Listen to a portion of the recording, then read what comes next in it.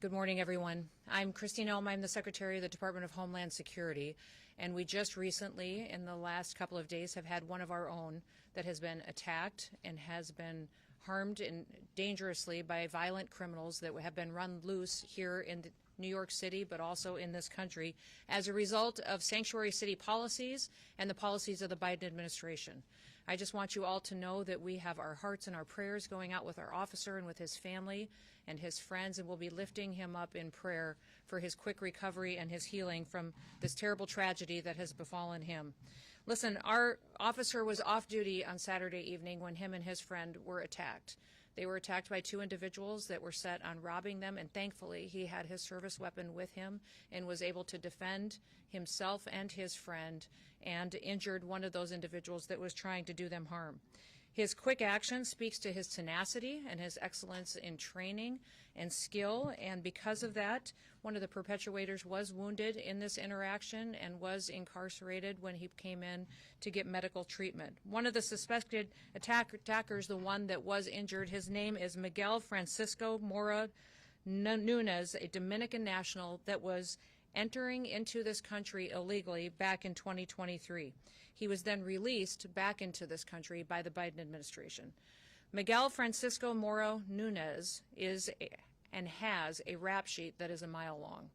He was arrested. He was charged with grand larceny and also assault. The state of Massachusetts has an active warrant out for him for armed robbery with a firearm. He also has many other charges against him, such as kidnapping and witness intimidation. There's absolutely zero reason that someone who is scum of the earth like this should be running loose on the streets of New York City. He was arrested 4 different times in New York City, and because of the mayor's policies and sanctuary city policies, was released back to do harm to people and to individuals living in this city. Make no mistake, this officer is in the hospital today fighting for his life because of the policies of the mayor of this city and the city council and the people that were in charge of keeping the public safe. They refused to do so, and now we have the situation on our hand where someone who has dedicated their lives to protecting the public is now fighting for his own. I'm calling on every single mayor and sanctuary city and sanctuary governor to change their policies and to change their tactics right now. Their job is to take an oath to protect the public, to protect families that are out there every single day trying to provide for each other and to try to live the American dream, and they want to do so safely in their own communities. How many more lives will it take? How many more people have to be hurt and victimized before we have public safety be a #1 priority in some of our largest cities? When I look at what Mayor Adams has done to New York City, it breaks my heart to see the families that have suffered because of his policies. We can look across this country at other mayors. We look at Mayor Wu in Boston and what has happened there under her watch. What's happened in LA with the riots and the violence and the protests that have gone on because of Mayor Bass and what she has perpetuated. When you look at Mayor Johnson in Chicago and how devastating it is to live in that city and some of those poorest communities, how they suffer every single day with the violence that's in front of them, just because these individuals are protecting criminals. They're protecting criminals who go out and murder, rape, rob. They perpetuate violence on our children. They traffic them and drugs and damage this country every single day under the protection of sanctuary city and governors who put in place these policies that allow them to perpetuate these crimes with no consequences. What I would say is today, my hope is that this would wake up these individuals, and they would recognize that they can't keep letting these dangerous criminals go free. They can't continue to let these individuals be brought in for crimes they're committing against the public and then releasing them right back onto the streets with no consequences whatsoever. Fortunately for us today, our officer survived. He survived. He's going through a very difficult time, and I would ask that you respect him and his family and his friend who was with him and what they have gone through. But I would also say that we can't guarantee that the next victim of these dangerous criminals will be treated the same or will be able to get through this dangerous situation. We were able to bring the second individual in and have detained him as well, and he will face consequences and hopefully strong prosecution for his crimes and his involvement on Saturday night.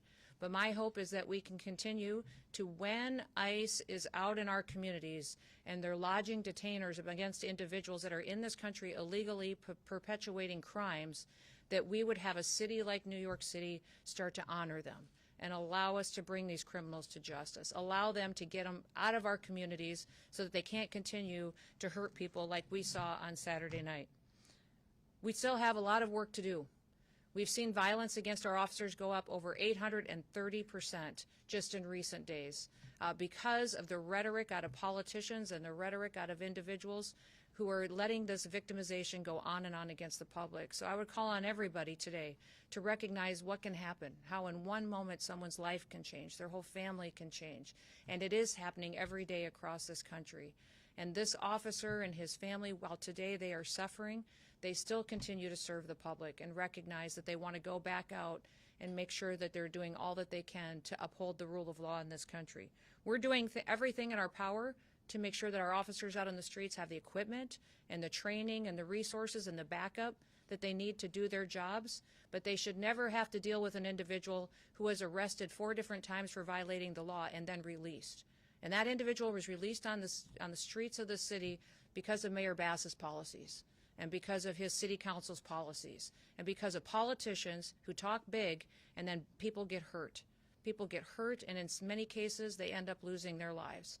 Let's hope that that's never true and that today is the day that those policies change and people get the courage to make sure they're making the decisions that actually do protect people going forward. We're going to bring the perpetuators of violence to justice. President Trump has promised that for the American people, and he's going to follow through on it. I'll do all that I can, and I'm so grateful to have partners like Rodney Scott with me from Border Patrol and Protection, and also with Tom Homeland as the borders are. We'll continue to work to make sure that we're dealing with the violence that we see on our streets, but we also recognize that here in these sanctuary cities, it's much more dangerous because of the politicians who aren't taking responsibility for what they're doing. They're setting the American people up to become victims of crime, and it has to stop today. I'd ask you all to keep our law enforcement officers in your prayers, their families, as they face the environment that they do every day while they do their job. This officer wasn't even on the job. He was out enjoying a beautiful evening with a friend of his and was a victim of crime, and it ended up with him mortally and seriously wounded, and he is going to, because of the great care of the doctors that are taking care of him today, pull through, but our prayers are going to be with him and his family as they work their way through this situation. With that, I will turn it over to Rodney Scott, who is the Commissioner of our Customs and Border Protection. Thank you, ma'am. Thank you for being here. Thank you, Madam Secretary, for all the support that you've given us and the support you're showing our officers today and the comments that you just made. My name is Rodney Scott. I'm currently the Commissioner of United States Customs and Border Protection. But as I talk, I want you to remember that I was also the Chief of the United States Border Patrol until 2021. I want to really start by thanking the medical personnel here in New York City at the hospital, the EMS workers, and even the guys behind me in blue that have shown tremendous support to our officer and to his family as well. We should not be here today.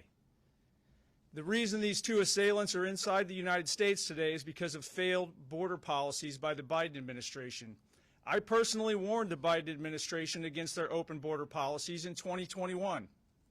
I was ignored, and exactly what I predicted, many of us predicted, happened. Total chaos along the border.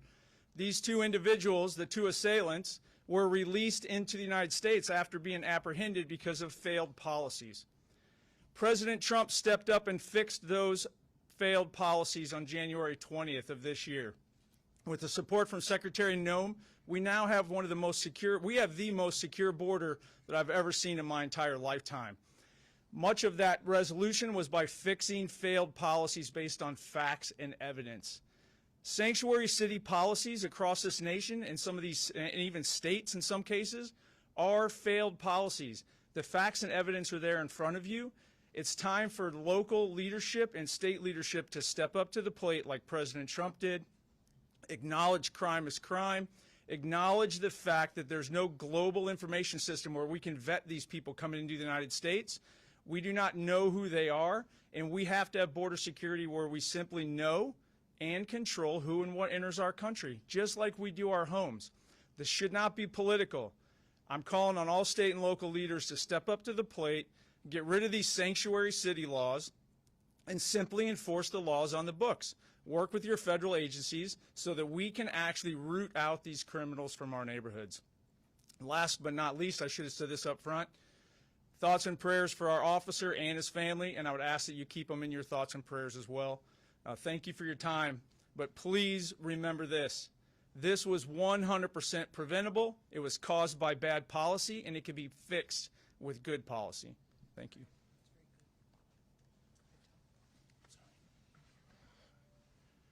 I visited the officer last night.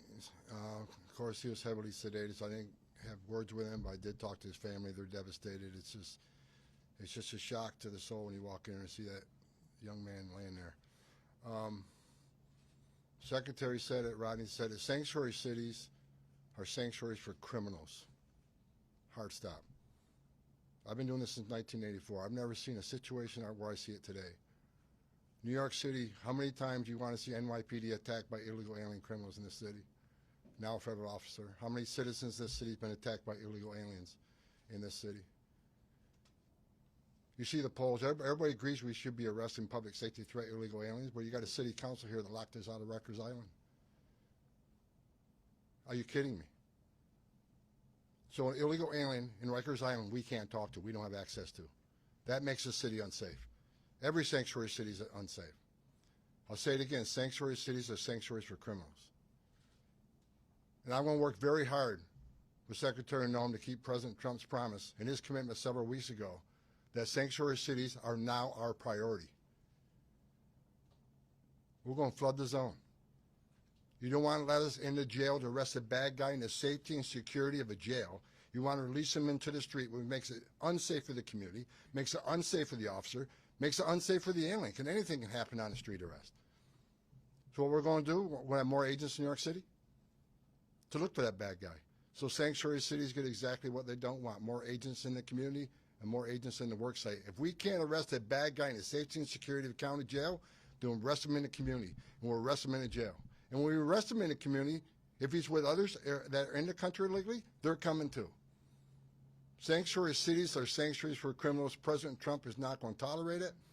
And I'll work every day with Secretary Noem to make sure we get as many bad guys, illegal aliens out of this country that we can. And I want to say one more thing. I'm sick and tired of reading in the media every day how ICE is not doing what the Trump administration has promised, that we're not arresting criminals, that most of the people we're arresting are not criminals. I look at the numbers every day. The numbers I looked at the other day, 130,000 arrests and 90,000 criminals. Do the math, that's 70%. And who are the others? Others are those who have final orders, who had due process at great taxpayer expense. A federal judge ordered them removed, so ICE's job is to remove them. Who are the rest of the people? National security threats. Under Secretary Noem's leadership, they've arrested several hundred Iranian nationals. National security threats. They may not have a criminal conviction, but they need to be detained. They need to be arrested and taken off the streets of this country. Then I read another story about how most people in ICE detention aren't criminals. Now the story is, how bad of a criminal they have to be. I saw a story the other day. Only 1% of the illegal aliens removed were murderers. Are you kidding me? Being in the country illegally is not illegal anymore? You got to commit a murder to be deported? If you look at ICE detention, I'll say it again. Look at detention. Who's in detention? I look at the numbers this morning. A majority are criminals, have criminal history. Who are the rest? Final order cases, who a judge ordered removed. The others are expedited removal. By federal statute, demands they be detained. So for the media out there, let's try telling the truth about the men and women of ICE and the men and women of the Border Patrol. I wore that uniform. I was an ICE agent. These are the finest men and women in this country that put their lives on the line every day for this country. I buried Border Patrol agents. I buried ICE agents. Luckily, thank God, we're not burying one today. Enough. I love the men and women of ICE. I love the men and women of the Border Patrol. They're finally doing the job they took an oath to do, and they got a great leadership of Secretary Noem, who's going to enforce the law without apology. I appreciate your leadership, man. That's all.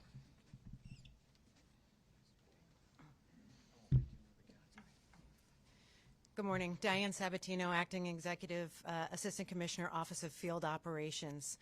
First, I certainly want to express my heartfelt thanks to Secretary Noem, Commissioner Scott, and Border Czar Homeland for the incredible support they've demonstrated for the New York Field Office, Office of Field Operations the last couple of days.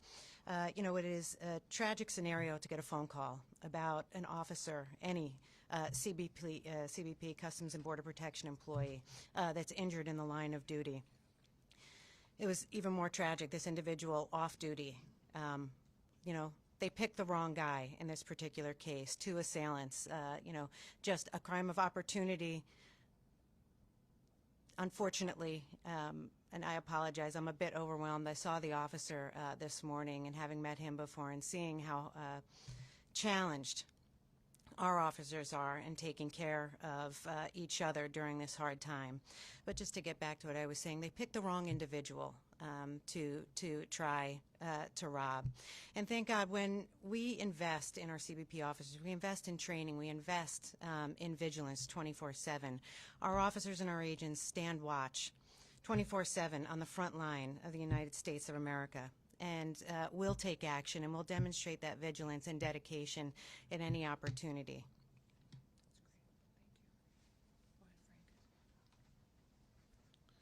Morning, everyone. My name is Frank Russo. I'm the Director of Field Operations for U.S. Customs and Border Protection in the New York Field Office. We sit on a historical site. This building, One World Trade Center, sits on the very footprint of our old custom house. We were here from 1973 until 9/11. The memorial fountains that sit outside this window remind us of the attacks on 9/11. We have employees who were here for the first attack in 1993. They were here for the attack on 9/11, and they're back again. Our officer who was attacked on Saturday night embodies all the courage and resiliency of all our employees in CBP who are here in the New York Field Office. And our hearts are with him and his family as he recovers. And we ask that you all pray with us for his quick recovery.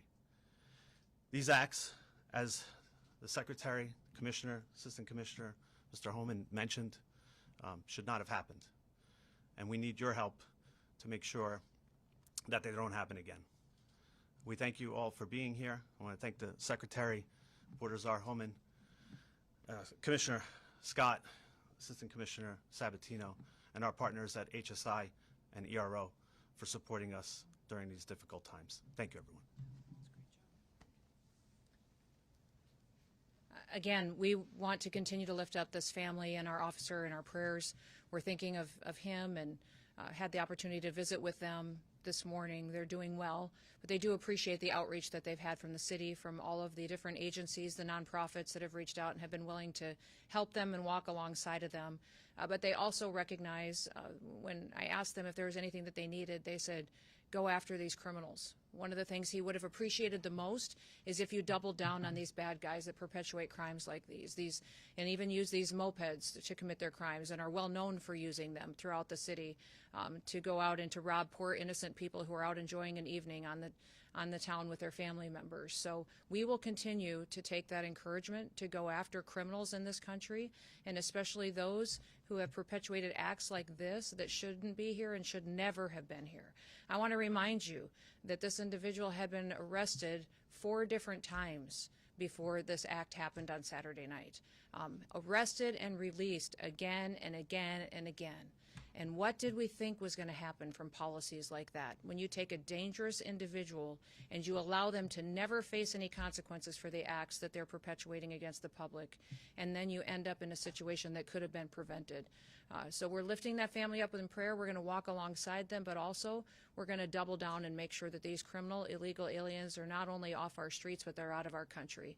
And that once again, America can be a country where the rule of law matters, where the laws apply to everyone equally, and never once is an illegal alien put above an American citizen or their safety and their opportunity to have the American dream. So with that, we'll open it up to any questions that you may have. Yes, sir.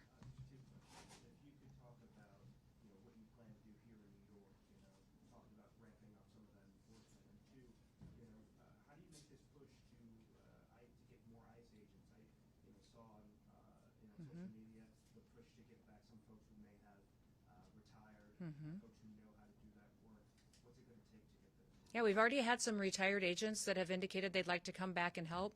They love the opportunity to come back and work for an agency that's allowed to do its job.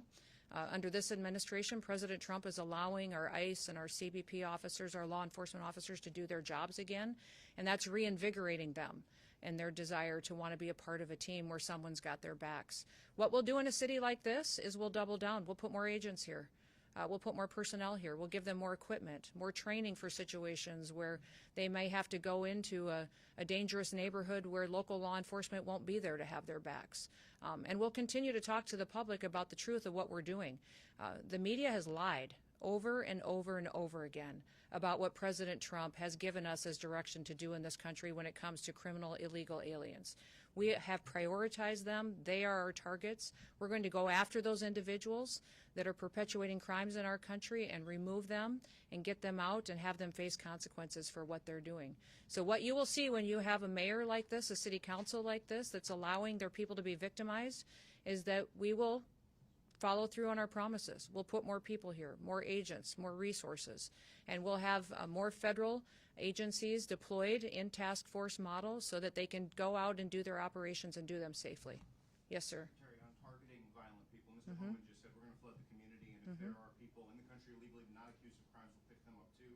We've seen outside immigration court here in New York City, people still with pending green card claims, pending asylum claims, are grabbed right outside of court. So my question is this: I understand you say you're targeting mostly violent people. Are you not undercutting your own argument when you arrest those other? Absolutely not. What we're doing is we're targeting those individuals that are perpetuators of crimes in this country, those who have final removal orders, those who have undergone due process and are needing to be removed from this country. We will do that. The biggest problem we have here in this city is that they don't honor our detainers, is that they're releasing people out of the court system, out of jails, and we have detainers against them, and local law enforcement isn't cooperating with us to honor those so that we can get these individuals off the streets. So we're going to continue to do that work every day, but it would be much safer for law enforcement, much safer for the public, if we could do it in partnership with local law enforcement. And we do that across the country.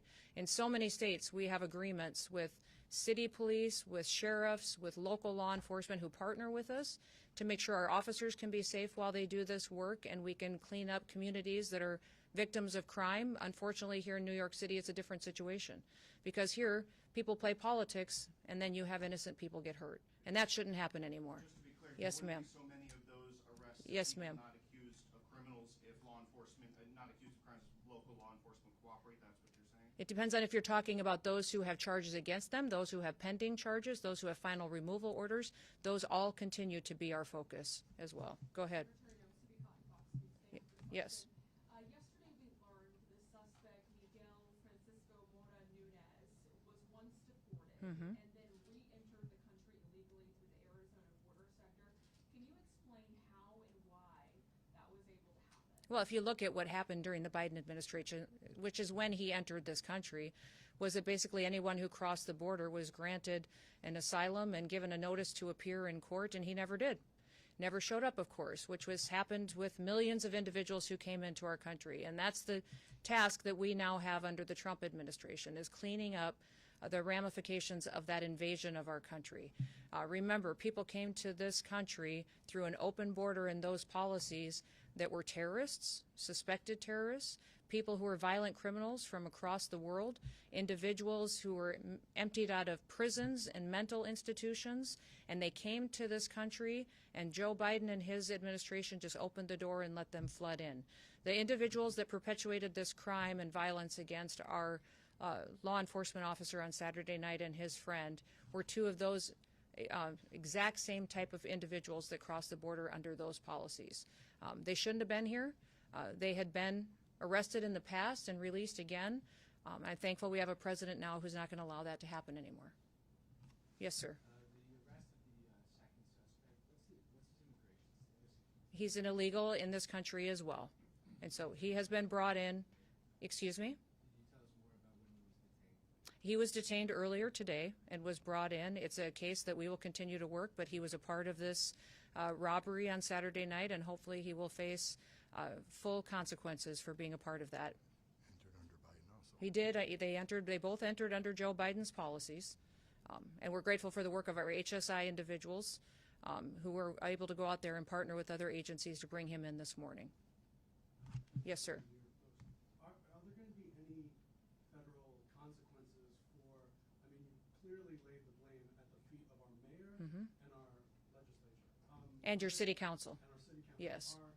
Are there going to be any federal consequences for courts that continue to release migrants who are not only here illegally, but have committed or are charged with committing violent predicate felonies? Well, I just want them to know that we will use every tool at our disposal that we have the authority to under the federal government to bring safety to the people of New York City and to other sanctuary cities across this country. One thing I would encourage the public to do is to continue to speak out for safety, for the ability to walk their kids to school in the morning, for the ability to sleep at home at night safely and not have to worry about violent crime happening right outside of their doorsteps.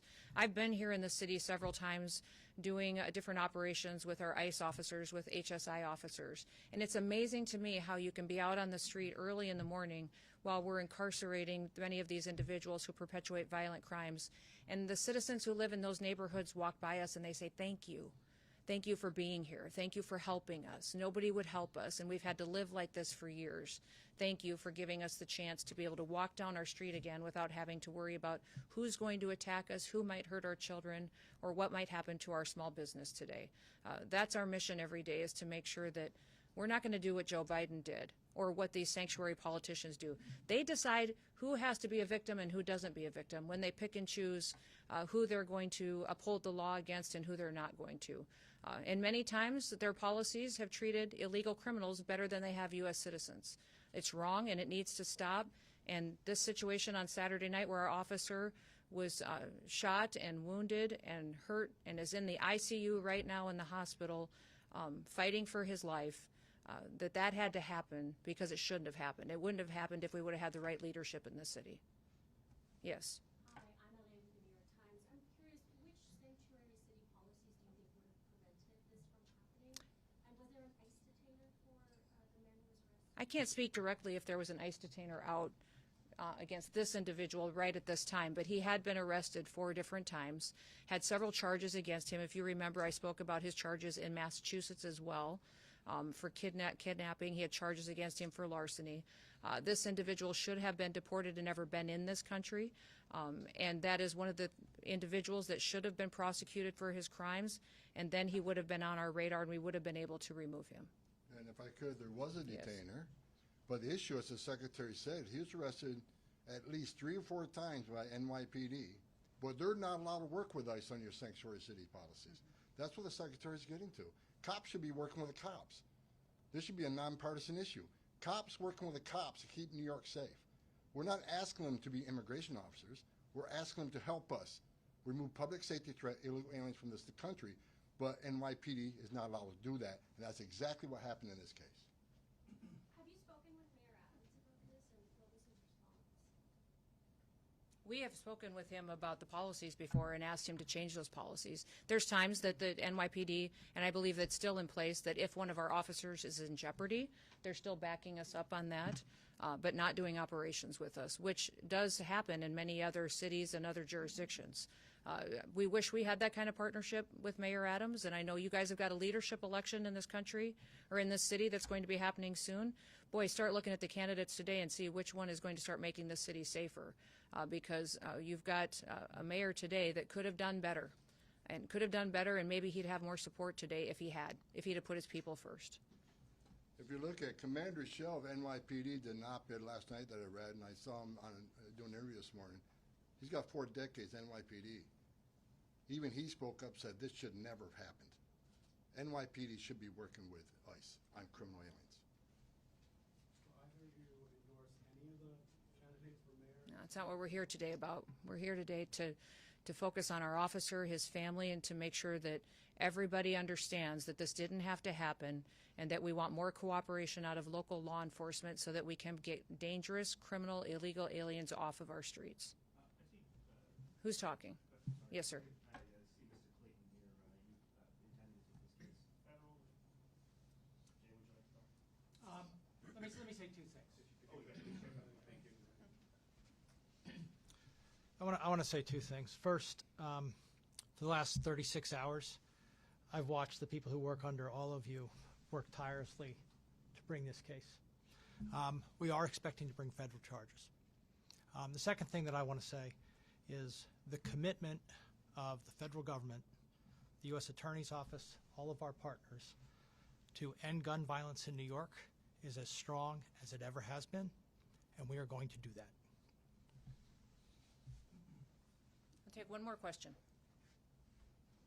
Look at that. All right, we won't. Thank you all. And then please keep our officer and his family in your prayers. Have a good day.